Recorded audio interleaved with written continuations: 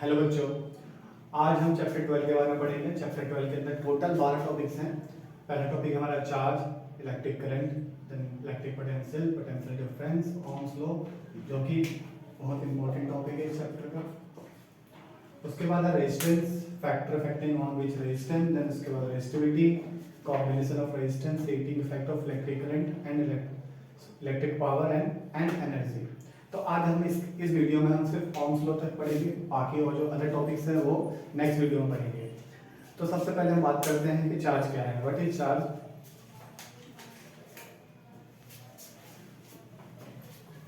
तो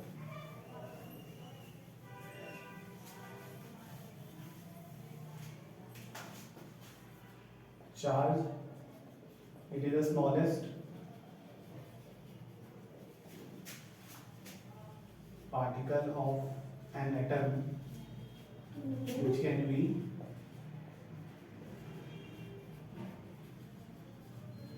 negative and positive. It is denoted by capital Q and its SI unit is coulomb.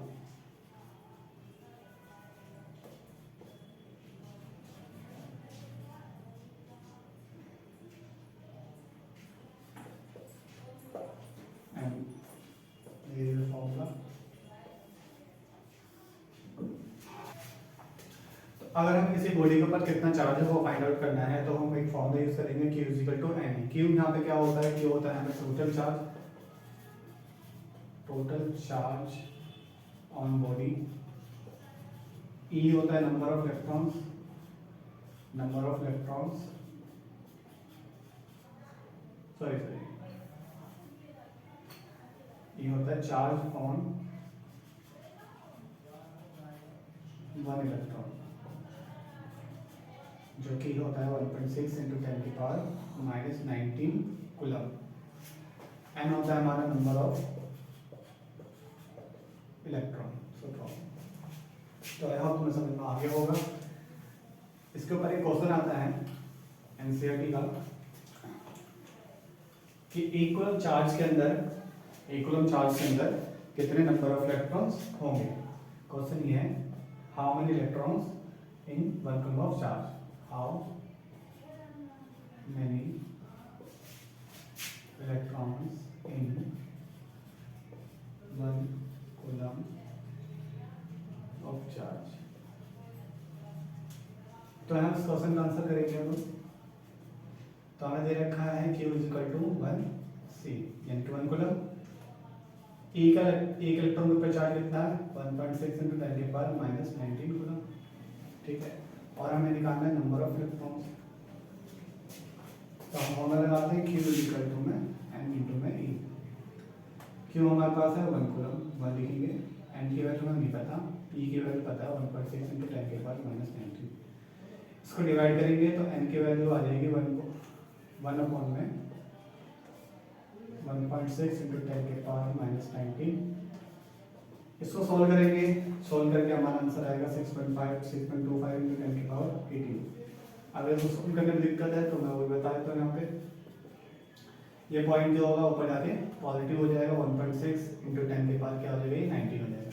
Power है यहाँ पे negative है तो नेगेटिव हो जाके पॉजिटिव हो जाता है। अब इस पॉइंट को अगर तुम यहाँ पे शिफ्ट करोगे तो 10 हो गया, 10 इंटू 10 की पावर 19 अपॉन में 16। अब ये 10 की पावर 19 है, इससे हम एक जीरो ले सकते हैं वहाँ, तो ये क्या हो जाएगा? 100 इंटू 10 की पावर 18 अपॉन में 16। मैंने बस 100/16 को डिवाइड कर दो तो ये आंसर आएगा 6.25 इंटू 10 की पावर 18। पर हमारा आंसर एक्चुअली में होता है n इक्वल टू 6 इंटू 10 की पावर 18। क्यों होता है ऐसा? रीजन इसका ये है कि यहाँ पे जो n जो होता है वो इंटीजर नंबर्स होते हैं। इंटीजर नंबर्स का है मतलब 1 हो सकता है, 2 हो सकता है, 3 हो सकता है, पर कभी भी इलेक्ट्रॉन्स रेशो में नहीं आएगा, फ्रैक्शन में नहीं आएगा।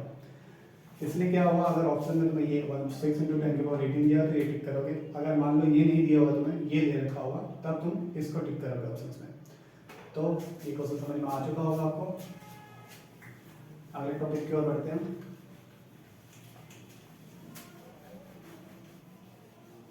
अगला टॉपिक जो है हमारा इलेक्ट्रिक करंट। तो करंट के बारे में तुमने सुना होगा, करंट का मतलब होता है जो पानी का करंट भी बोलते हैं, बहाव कह सकते हैं।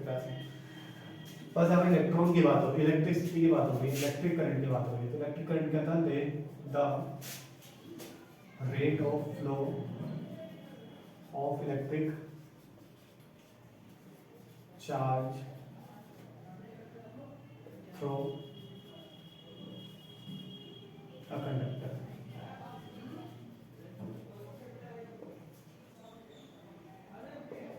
It is denoted by I, capital I, and its SI unit is ampere, and formula is I is equal to Q upon T। तो यहाँ पे रेट आ रही है, रेट वर्ड साइंस के अंदर कभी रेट वर्ड आने का मतलब है इस फॉर्मूले के अंदर टाइम से डिवाइड हो रहा होता है। रेट का मतलब होता है कि चार्ज, हमारा जो चार्ज है, इलेक्ट्रिक चार्ज है, वो एक पॉइंट से दूसरे पॉइंट तक कितने टाइम में फ्लो कर रहा है, उसे कहते हैं रेट ऑफ फ्लो। तो यहाँ पे क्या है, the rate of flow of electric charge, electric charge flow कर रहा है किसी कंडक्टर के अंदर, उसे हम क्या कहते हैं, इलेक्ट्रिक करंट कहते हैं। इसको डिनोट करते हैं कैपिटल आई से, and it's SI unit is ampere. अगर आपको इसे समझ नहीं आ रहा कि आई और एम्पियर का मतलब क्या है, तो फॉर एग्जांपल लेंथ की बात करते हैं। लेंथ को हम L से डिनोट करते हैं और इसकी यूनिट क्या होती है, मीटर, मीटर में नापा जाता है इसको, लेंथ को। उसी तरह से साइंस के अंदर अलग अलग क्वांटिटीज को सिंबल दे दिया जाता है और उसका यूनिट होता है। जैसे कि हम यहाँ पे करंट की बात करें, करंट का सिंबल है आई और इसको डिनोट करते हैं हम एम्पियर से। एम्पियर जो साइंटिस्ट का नाम है, यहाँ पे सरनेम है इसका एक्चुअली में। आई होप समझ में आ गया होगा आपको ये टॉपिक। अगर किसी तरह का कोई डाउट है तो वो मेरे को कमेंट सेक्शन में जरूर बताया। एंड इसके ऊपर एक क्वेश्चन आता है, क्वेश्चन नंबर 2 कह लो, डिफाइन 1 एम्पियर और define the SI unit of electric current. इसी को दूसरी तरह से बोल सकते हैं हम, इसको करेंगे करंट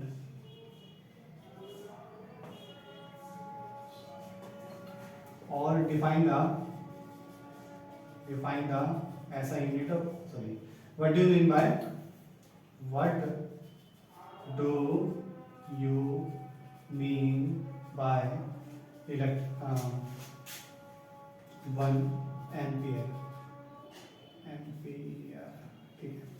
तो हमें 1 एम्पियर को डिफाइन करना है। तो इसको डिफाइन किस तरह से करेंगे कि जैसे कि हम करंट का फॉर्मूला जानते हैं, Q equal to I equal to P ऊपर में T होता है। तो अगर हमें 1 एम्पियर करना है इसको, तो Q की वैल्यू क्या होनी चाहिए, 1 कूलम होनी चाहिए। टाइम की वैल्यू क्या होनी चाहिए, यहाँ पे 1 सेकंड होना चाहिए, और I की वैल्यू हो जाएगी 1 एम्पियर आ जाएगी। अब इसी वैल्यूज को अगर हम सब पुट करते हैं तो मान के आ जाएगा 1 ampere is equal to 1 coulomb upon में 1 सेकंड। तो डेफिनेशन यहीं से बनता है। कैसा बनता है डेफिनेशन, इसमें बोलेंगे कि 1 coulomb of charge flow in 1 second through the conductor is called 1 ampere. तो इसको हम लिख लेते हैं, इसका answer when 1 coulomb of charge flow in 1 second is called through the conductor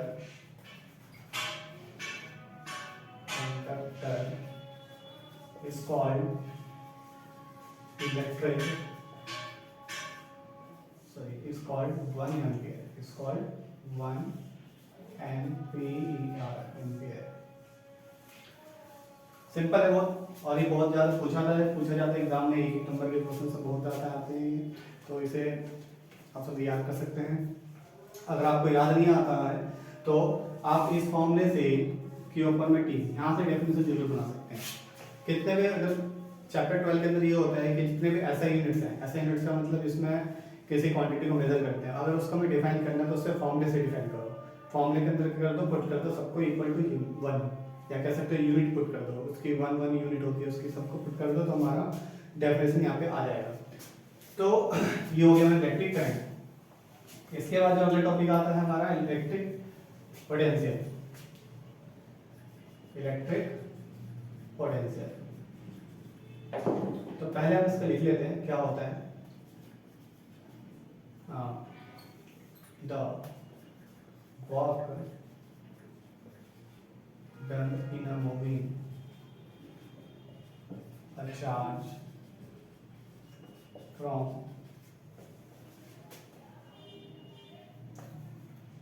infinity to a point in a electric field. Sorry, field की spelling लिखता हूँ यहाँ पे, is called electric potential. Okay, अब इलेक्ट्रिक पोटेंशियल होता क्या है? जैसे कि अब बात करें हम इलेक्ट्रिक फील्ड की, पहले सबसे पहले इलेक्ट्रिक फील्ड जानते हैं। इलेक्ट्रिक फील्ड क्या होता है? फॉर एग्जांपल अगर हम मैग्नेट की बात करें, मैग्नेट का एक ऐसा एरिया होता है जहाँ के अंदर अगर हम कोई मेटल रखते हैं तो वो अपनी ओर अट्रैक्ट कर लेता है, और उस एरिया से अगर बाहर रखते हैं तो वो अट्रैक्ट नहीं कर पाता। तो इसका मतलब क्या है? मैग्नेट के चारों एक ऐसा एरिया होता है जिसके अंदर वो इलेक्ट्रिक मैग्नेटिक फोर्स लग रहा होता है, तो इसको हम मैग्नेटिक फील्ड बोलते हैं। इस तरह से क्या होता है? इलेक्ट्रिक फील्ड होता है, कोई चार्ज है हमारा Q ए पॉइंट पे है, तो इसके चारों तरफ क्या होगा? एक इलेक्ट्रिक फील्ड होगा, इसको हम बोलते हैं इलेक्ट्रिक फील्ड। ठीक है, इलेक्ट्रिक फील्ड। अब हमें मान लो कोई चार्ज है बी पॉइंट पे जो कि इन्फिनिटी पर है, तो इस चार्ज को तुम्हें यहाँ पे लाना है, इन्फिनिटी से कोई पॉइंट लाना है। तो इसमें जो इसको यहाँ से यहाँ तक लाने में जो कार्य करना पड़ेगा, यानी कि वर्क डन करना पड़ेगा, उससे हम कहेंगे इलेक्ट्रिक पोटेंशियल कहेंगे। इसको और अच्छे से समझने के लिए वर्क का फॉर्मूला जानते हो, F × S होता है। तो आप इससे भी देख सकते हो वर्क डन कैसे हो रहा है। यहाँ से यहाँ तक डिस्प्लेसमेंट हो गया हमारा, फॉर एग्जाम्पल। और इसको समझ लो कि यहाँ पे तुम्हारे पास कोई बॉल है, तुम यहाँ पे खड़े हो इस पॉइंट पे बी पे इन्फिनिटी पे, और तुम्हारे पास बॉल है, बॉल के अंदर चार्ज हो गया, और ये सारे प्लेयर्स हैं, इलेक्ट्रिक फील्ड्स हैं, प्लेयर्स हैं जो तुम्हें रोकेंगे अंदर जाने से। तो तुम यहाँ से यहाँ तक आए तो डिस्टेंस टेबल हुआ, डिस्प्लेसमेंट हुआ। देन उसके बाद अगर इस इलेक्ट्रिक फील्ड के अंदर जाते हो तो ये जो हमारे प्लेयर्स है वो तुम्हें क्या करेंगे? रोकेंगे। तो रोकेंगे तो तुम्हें फोर्स लगाना पड़ेगा अंदर जाने के लिए। तो यहाँ पे क्या हुआ? फोर्स भी आ गया और डिस्प्लेसमेंट आ गया, तो यहाँ पे क्या हो रहा है? वर्क डन हो रहा है, जिससे क्या इसे हम इलेक्ट्रिक पोटेंशियल कहते हैं। इसी तरह से दूसरा टॉपिक है हमारा अगला, electric potential. Electric potential, potential difference, potential difference. ठीक है,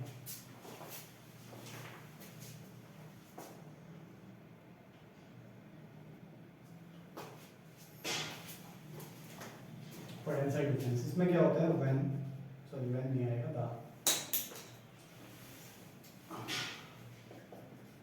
the work done in a moving a charge from one point to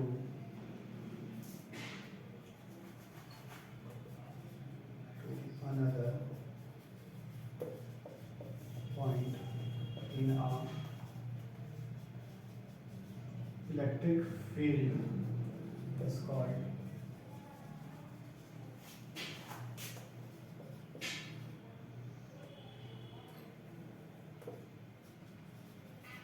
potential difference. It is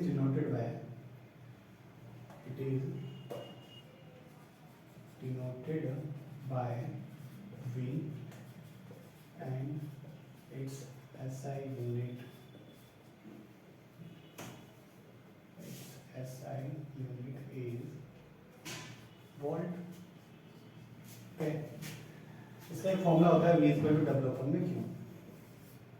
अब इलेक्ट्रिक पोटेंशियल डिफरेंस क्या होता है? मान लो तुमने वो जो चार्ज था वो उस फील्ड के अंदर लिया है, बी पॉइंट पे लिया है, तो अब इसे इलेक्ट्रिक फील्ड के अंदर इसे चार्ज को इस पॉइंट से इस पॉइंट तक लेके आना है। तो यहाँ तक लाने में जो तुम्हें कार्य करना पड़ेगा, इनके वर्क डन करना पड़ेगा, उससे कहेंगे पोटेंशियल डिफरेंस, जिसको V से डिनोट करते हैं। और इसका यूनिट जो होता है वोल्ट होता है, वोल्ट को भी V से डिनोट करा जाता है। इसका फॉर्मूला जाएगा V W is equal to upon में डब्ल्यू अपन में क्यू। आई होप समझ में आ चुका होगा। अगर किसी तरह से डाउट है किसी भी टॉपिक में कमेंट सेक्शन में जरूर बताना। अब जो क्वेश्चन था क्वेश्चन नंबर 3 वो था डिफाइन वन फोल्ड और define the SI unit of potential difference or what do you mean by 1 volt। तो इसको कैसे डिफाइन करेंगे? इसको भी डिफाइन फॉर्मूले से कर सकते हैं डीवी डब्ल्यू पर में क्यों। तो अगर सबको हम 1 कर देते हैं 1 का मतलब ये 1 वोल्ट हो जाएगा, ये 1 कूलम 1 जूल हो जाएगा, ये 1 कूलम हो जाएगा। तो यहीं से डेफिनेशन आएगा कि क्या कि 1 जूल का वर्क डन हो रहा है किस 1 जूल 1 कूलम चार्ज को एक पॉइंट से दूसरे पॉइंट तक ले जाने में। तो इसको वैसे हम लिख देते हैं when 1 joule of work done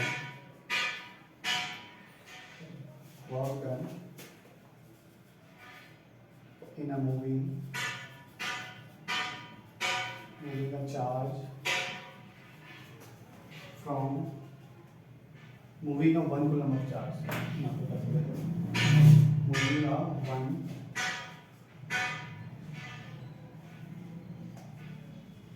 coulomb of charge from one point to another point is called 1 volt।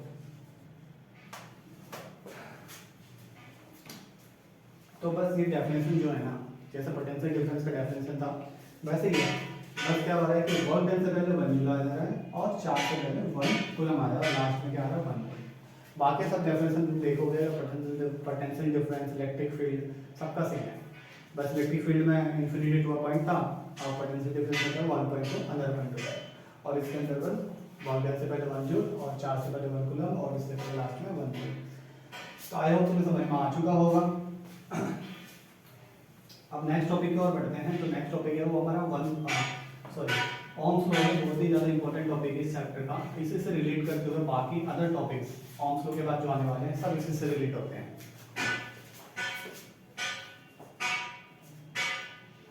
क्या हो रहा है?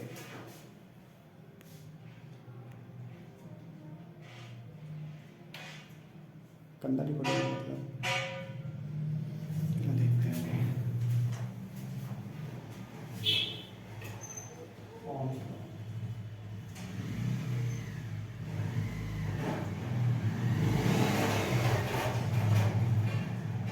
The current flow flowing in a conductor is directly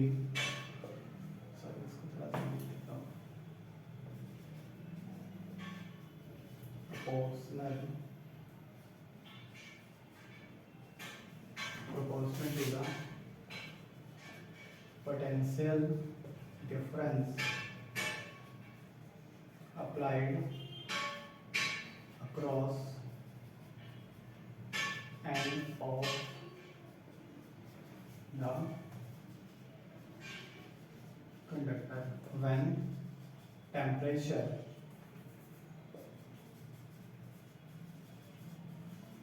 is constant।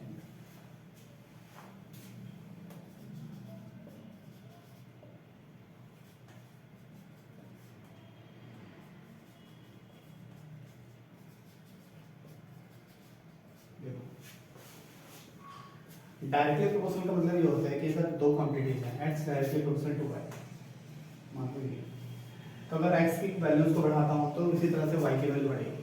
For example अगर x की values को twice करता हूँ तो y की वैल्यू भी ट्वाइस हो जाएगी। इसे हम डायरेक्टली प्रोपोर्शनल कहते हैं। तो ओम्स लॉ क्या कह रहा है कि टेम्परेचर कांस्टेंट, ये कंडीशन है इसका, अगर टेम्परेचर कांस्टेंट होता है तो जो पोटेंशियल डिफरेंस है वो पोटेंशियल डिफरेंस जो है वो करंट से डायरेक्टली प्रोपोर्शनल होता है। कैसे? एक डायग्राम तो समझ सकते हो। ये हमारा कंडक्टर है वी और ये इसके अंदर जा रहा है करंट, ठीक है। तो इसके अंदर जितना करंट जा रहा है और V, इन दोनों का रिलेशन क्या है, V directly equal to I अगर टेम्परेचर कांस्टेंट है। अगर मैं इसकी वैल्यू को बढ़ाता हूँ, पोटेंशियल डिफरेंस की वैल्यू बढ़ाता हूँ, तो करंट की वैल्यू भी क्या होगी, इंक्रीज होगी। तो यही ओम्स लॉ कहता है और बहुत ही इंपॉर्टेंट है, ये इंपॉर्टेंट लॉ है। इसका ग्राफ होता है, इसको ओम्स ग्राफ भी बोला जाता है, ओम्स ग्राफ, और V एंड I ग्राफ भी बोलते हैं इसको। वो क्या होता है, इस तरह से होता है कुछ, करंट है और ये पोटेंशियल डिफरेंस यानी V और E। इसको फर्दर और आगे लिखा जाता है कैसे, V इक्वल टू RI। इस प्रोपोर्शनलिटी साइन को हटाने के लिए R लगाते हैं। R जो होता है यहाँ पे होता है रेजिस्टेंस, देखो रेजिस्टेंस आ गया यहाँ पे, ये रेजिस्टेंस देखो यहीं से स्टार्ट होता है पूरा टॉपिक, मतलब आगे का चैप्टर जो है रेजिस्टेंस पे डिपेंड करता है, जितने भी टॉपिक्स हैं सब में रेजिस्टेंस पे करते हैं। आई होप तुम्हें ये वीडियो अच्छी लगी होगी। अगर किसी तरह का डाउट है, किसी तरह का आपको डाउट है तो मेरे व्हाट्सएप नंबर पर आप डाउट पूछ सकते हो, ये मेरा व्हाट्सएप नंबर है, इस पर आप अपने डाउट्स देख सकते हो, या फिर कमेंट सेक्शन में जरूर बताएं कि कैसा वीडियो लगी, और कोई डाउट है तो जरूर बताएं, और किसी तरह की मिस्टेक हो जाती है अगर वीडियो में तो वो भी बताएं ताकि मैं आगे वीडियोस के अंदर उसको सही कर सकूँ। Thank you.